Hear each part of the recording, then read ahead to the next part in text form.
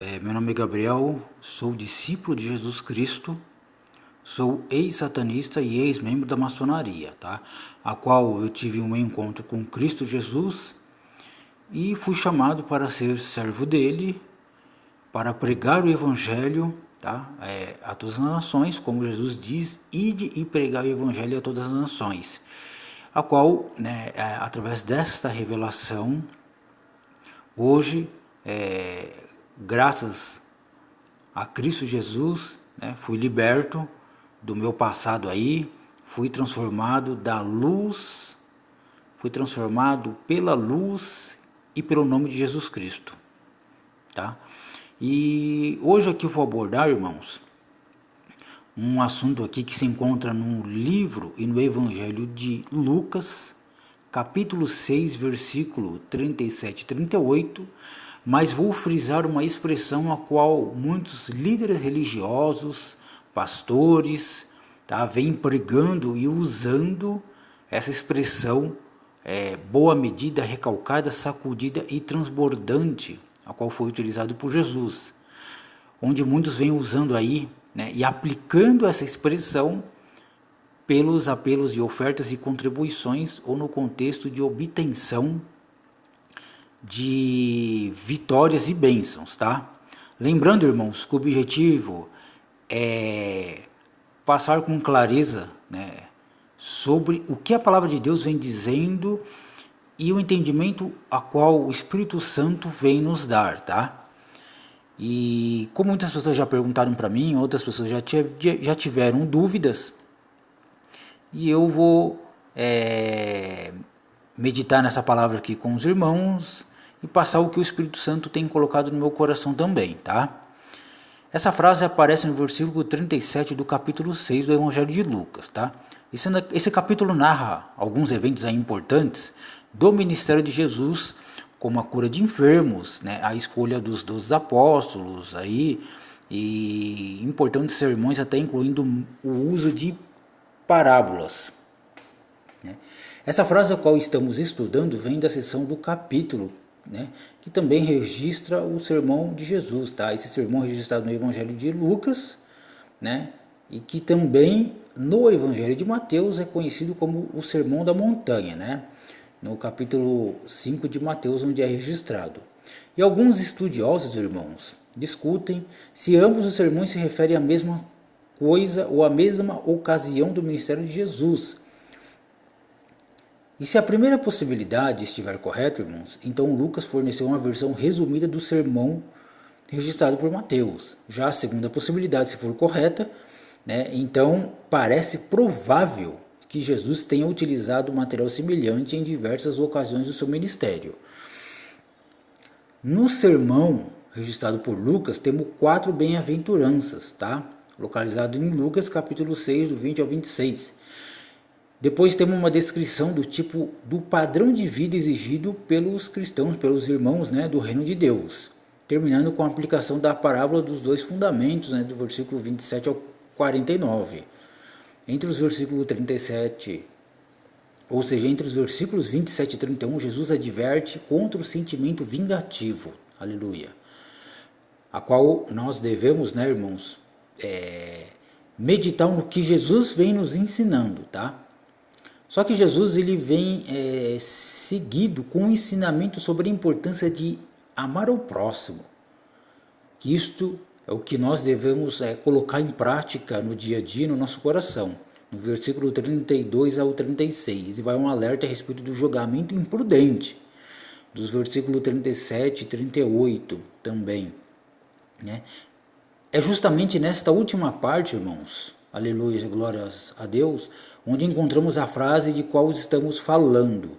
Não julgueis e não sereis julgados, não condeneis e não sereis condenados, soltai e soltar-vos-ão, dai e ser-vos-á dado, boa medida, recalcada, sacudida e transbordando, vos deitarão no vosso regaço, porque com a mesma medida com que medirdes, também vos medirão de novo. Lucas capítulo 6, versículos 37 e 38.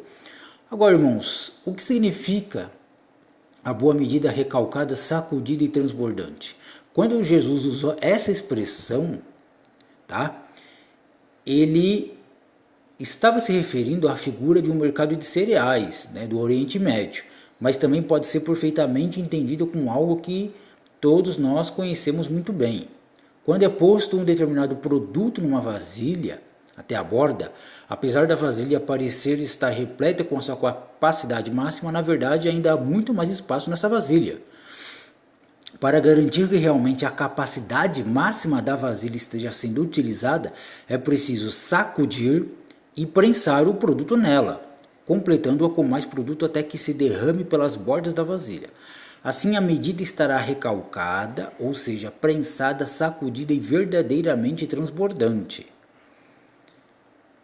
Jesus, irmãos, ele vai muito mais além, dizendo que a medida transbordante lhe será derramada em seu colo, isto é, uma referência, né, ao Gibéria, tá? Como muitos aí, se os irmãos for pesquisar, vão dizer que era uma bolsa onde se carregavam quantidade de moedas ou de dinheiro, tá? Porém, é uma pequena bolsa costurada na roupa abaixo da cintura, muito utilizada na época, onde se podia carregar uma boa quantidade de grãos.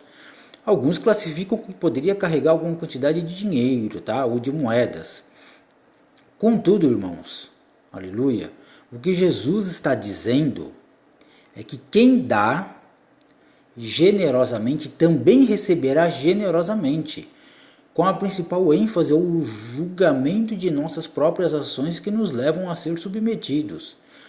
Isto é, porque de acordo com a medida com que vocês medirem, por sua vez serão medidos.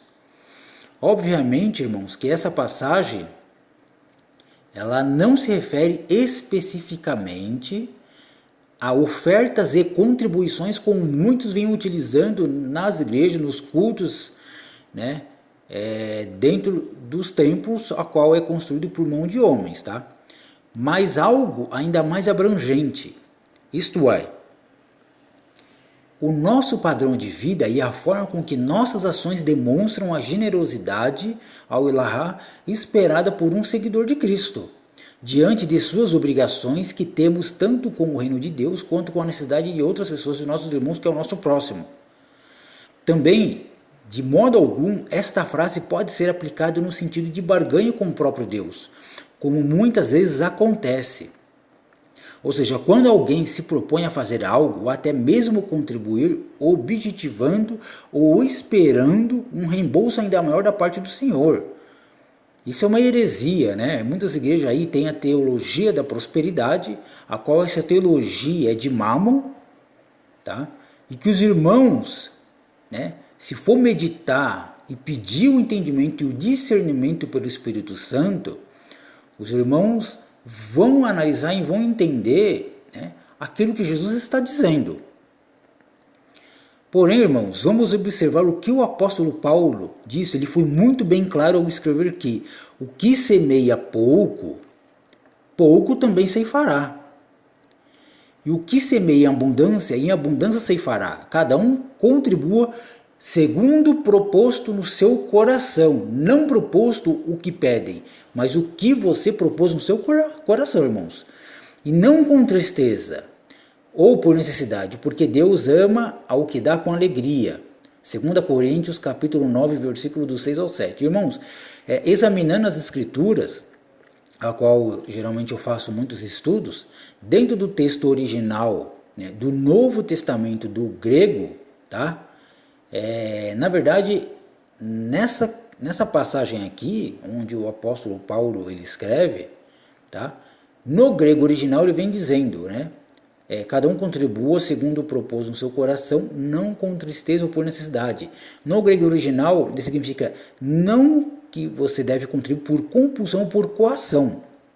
Tá? Significa por compulsão quando alguém pede várias vezes repetidamente a mesma coisa, frisando, oferta, dízimo, mas ele fica frisando, isso é por compulsão. Você não deve contribuir por compulsão, ou porque estão pedindo ou falando repetidas vezes, repetindo a mesma coisa, tá? E por coação é quando você coloca medo, quando você coage aquela pessoa através de medo ou por palavras, dizendo, como diz aí, que se você não contribuir, não ofertar, você não terá vida eterna. Isso é uma heresia, tá?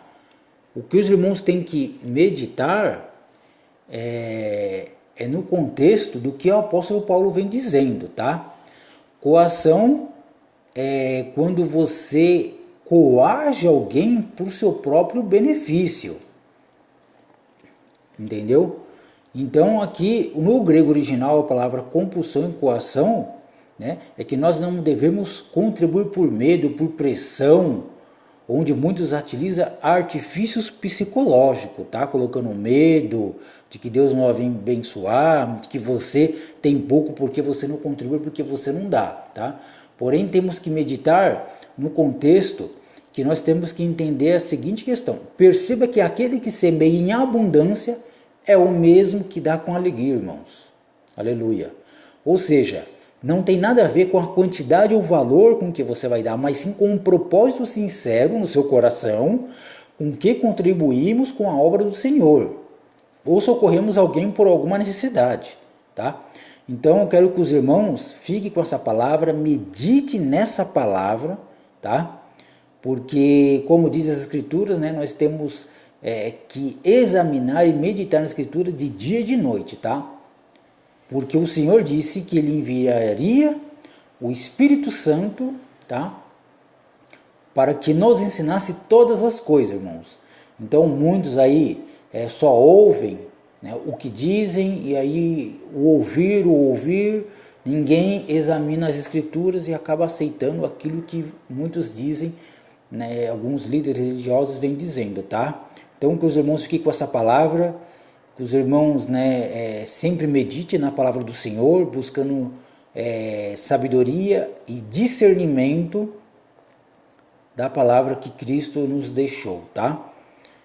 Amém, aleluia, glória a Deus, louvado e evacionado seja o nome do Senhor Jesus Cristo. Amém.